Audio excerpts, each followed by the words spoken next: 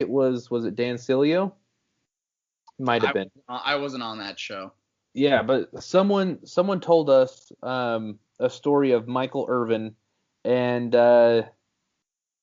George Myra Jr. Okay, where in the film room, Irvin didn't like something that George Myra was doing, so he walked up out of nowhere, punched him in the face, and knocked his teeth out. Okay, like that might not fly Dude, I these didn't days. hear that.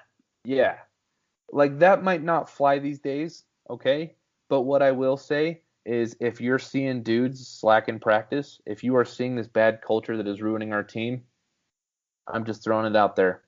Like, write your own chapter. These kids have to decide to make a change. And you know what? When I first heard that, I thought, wow, that kind of makes Michael Irvin seem like a douche. But now, I don't know what George Myra did. Is that his name? Is it George Myra Jr.? I think Yep. that's, Yep. yeah. I don't know what he did.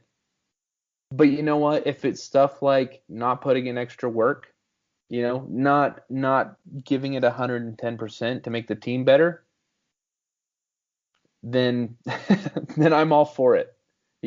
Especially when we're just celebrating so hard about losing to the only good teams we play.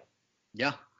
I mean, that firmly put us in our place as a program. I'm ranting again. Okay, I gotta I gotta center Oh, you're myself. good, man. You're good. And I Yeah, know, I mean, I haven't followed recruiting for a very long time, but it yeah, seems to me that a guy like James Williams, a kid, and the duo of James Williams and Jake Garcia seems like the kind of guys that I want to build my program around.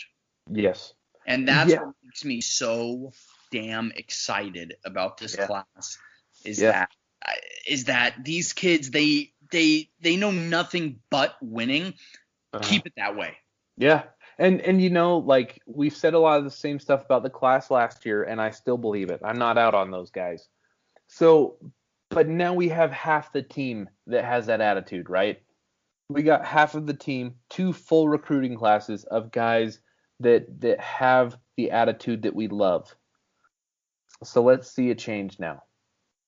You Yeah. know, to Like the if you know to the nothing but winning in your life, keep it that way. You know yep, what it takes to win, keep it that way. yep. So to the true freshmen on this team, the class of 20, and now the incoming true freshmen, the class of 21, like it's time to change the culture, and you guys need to do it.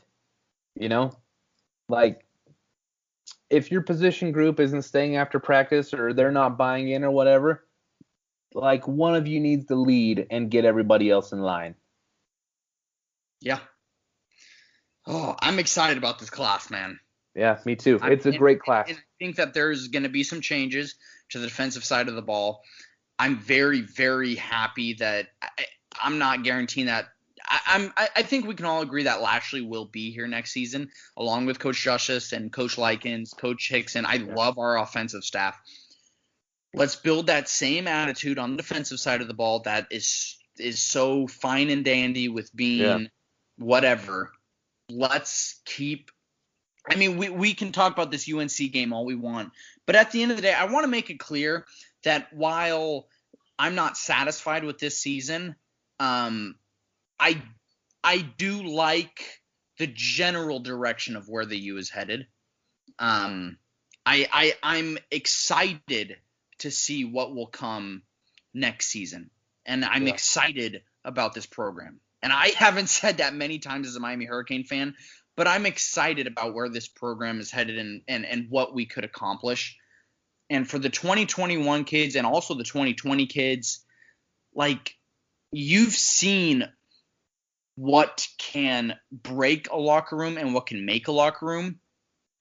Keep it in the positive direction. Like, Yeah. let's bring this shit back, man. I like winning. South Florida likes winning. When we're winning, there is no place like the U. And when we're losing, there is no place like the Yeah. U. But when this program is on the up and up, there's no program like it. And Yeah. so, guys, we are all sick and tired of losing. Like, we are sick and tired making Jordan and I are sick and tired of being pessimistic and negative on this show. Yeah. I don't want to be that way. Yep. I want to be confident as hell heading into Saturdays. Yeah, I'm Sorry, tired. That's like my motivational speaker Marsh coming out. No, you're fine. I mean, you're right. I am tired of going into games like Virginia Tech where they are 500.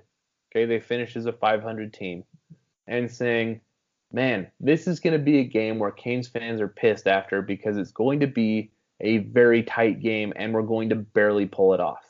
That's what I predicted. That's what happened. Okay? I'm tired of that. They're a 500 team. Okay, and you can say, yeah, they're a rival. Okay, well, how about Pitt? How about NC State? How about UVA? You know, like, let's just win. You know, how good did Duke feel? I, I mean, I didn't say anything. And that should negative feel after Duke. normal. Yeah, I didn't say anything negative after Duke. What was there to say negative? There was nothing. We blanked them. That can't happen every week, but you know, you can win every week convincing. Okay, Yep. what about, Florida State? You can do that to bad teams. I You don't care if should. they're rival. They're what, 3-7, 3-6? That's how we should beat 3-6 teams. Every team that is 3-6 or worse on our schedule, we should beat how we beat Florida State. I've liked this episode. Me too. I'm tired of it. Yeah. I mean, this is good. I'm tired of the pom poms for mediocrity. I don't care. Like, do we really? Like as we've seen on social media, we're just pom pom fanboys. Oh yeah, clearly. And you know what? We're not as big of fans as the people who hold this program to a lesser standard as BYU, who fired their coach for winning 10 games every year. All those people can kiss my ass. You know, they probably looked at that. I'm sorry, but like that's just how I feel, man. Yeah. But that's the thing though, is like, dude, Georgia moved on from Mark Richt after 20 years of being one of the one of the probably 7 best coaches in the country. 20 straight years of that, they moved on from him because they're like, you know what? We're not happy winning 10 games anymore, Mark. We're going to move on because we want to win the big one. Yeah. You know, you can't win. I'm done. Like I'm 26 years old, but in as a football fan, I'm more like 50 years old. I'm done with this kind of stuff. Yeah. And so bro. So I'm going to set to keep it 100. I'm going to set my expectations for next year, okay? Because we did make a little bit of progress. I expected more progress. You know why? Because last year was arguably the worst season in Miami Hurricanes history, and so I wanted more than a baby step, right? Because this season to me was a baby step in the right direction. Because all we did was start winning close games, and that's what we should be doing. Clearly that was too much last year. We figured it out, okay? But that's a baby step. So my expectations is that the baby step would be being competitive against good teams. Okay? The baby step would be losing to Clemson by 2 scores, losing to North Carolina by 2 scores. Okay? I want a little bit more than that. I think we need to go 500 again. I think we need to go 500 against good teams next year. We sure as hell better. Yeah. You know, I don't want to be like, oh yeah, North Carolina, who's okay, they're 8-3, but yeah, we lost to them by 40. 40 points by an 8-3 team. That's more than that. Like I know what the scoreboard says, but we might as well have lost to them by 60. Dude, honestly, it didn't even matter. They came into our house and dropped 62 points and 800 yards of offense and 557 yards of rushing. They came into our house and did that. So I have a question because one of the things that I'm good at is reading momentum and body language when I watch sports. Yeah. At what point in the stadium, because I wasn't there, I was watching it on TV.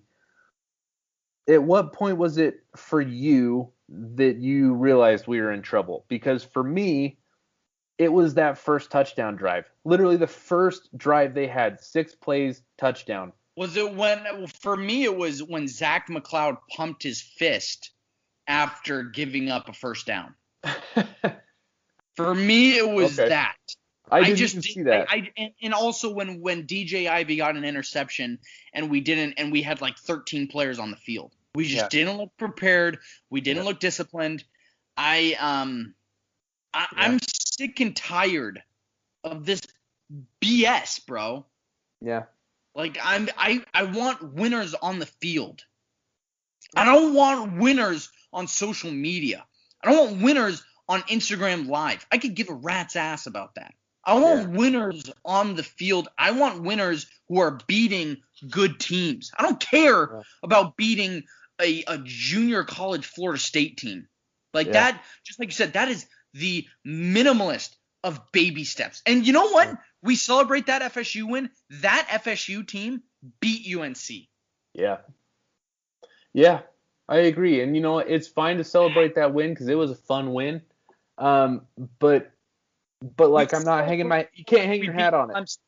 Yep, they were 3-6 at the end of the day. So you can't hang your hat on it, right? Mm. I'm with you. I'm right there with you, man. Like they beat UNC, okay? So I would be interested to total up the scores of those two games and between us and FSU and see who scored more points. Yeah. Or like to tally the three games and see who scored the most points. Yeah. So I don't know. Okay. Well, what else do we have to go over? I can't remember. I think we got everything. I think it was a great class. Well, you know what? Hats off to Manny for bringing in that class and keeping that class. Yes, absolutely. You know what? The class isn't done yet. Yeah, it's not. We could still land a guy or two. We got the Tristan Lee to the U hashtag going. Let's hope it works, man. I mean, he's been flirting with Miami for a long time. Yeah, absolutely. And you know what? You never know about Terrence Lewis. I know people are sick and tired of hearing that name, but yeah, he wants in. He does. It's very obvious from Twitter. No inside info needed, but that kid wants to play at Miami. So yeah. So we'll see, man. We'll see. What do we have to go over anything else? I really liked this episode. I did too. I think we should probably record again before Oklahoma State. Oh, 100%. And do a preview. But I mean they're gonna miss Chuba Hubbard. He's not gonna play. I mean, obviously we're gonna miss Roche and Phillips. Yeah. So, I guess it's kind of even. Like I don't want to discount anything we do by saying that's good for our run defense, though, right? Yeah. Not having to play against the best running back in college, he might have gone for 2,000 yards. Just his draft stock may have skyrocketed to going number 3 overall. Right. He actually it might raise his draft stock so high that he just ends up starting for the Buffalo Bills next week. Hey, you know what? I got to give you props, man. I doubted the Bills. They might be the best team in the NFL. Yeah, I'm happy for you. Thank you. I was hyping. I was tooting the Josh Allen for MVP horn very hard early in the season, and he's making me look good now. So I mean, he won't win it. What was that? You look wonderful, not just on here, but in life in general. Thank you. You're very welcome. Yeah, I still think the Chiefs are the team to beat. They manhandled the Bills pretty good about 6 or 7 weeks ago. But I agree with you. I think the Bills are playing the second best football on planet Earth right now. They are so hot right now. Yeah. I mean, Hansel. it's crazy. But yeah, So hard definitely right do. now. Definitely do.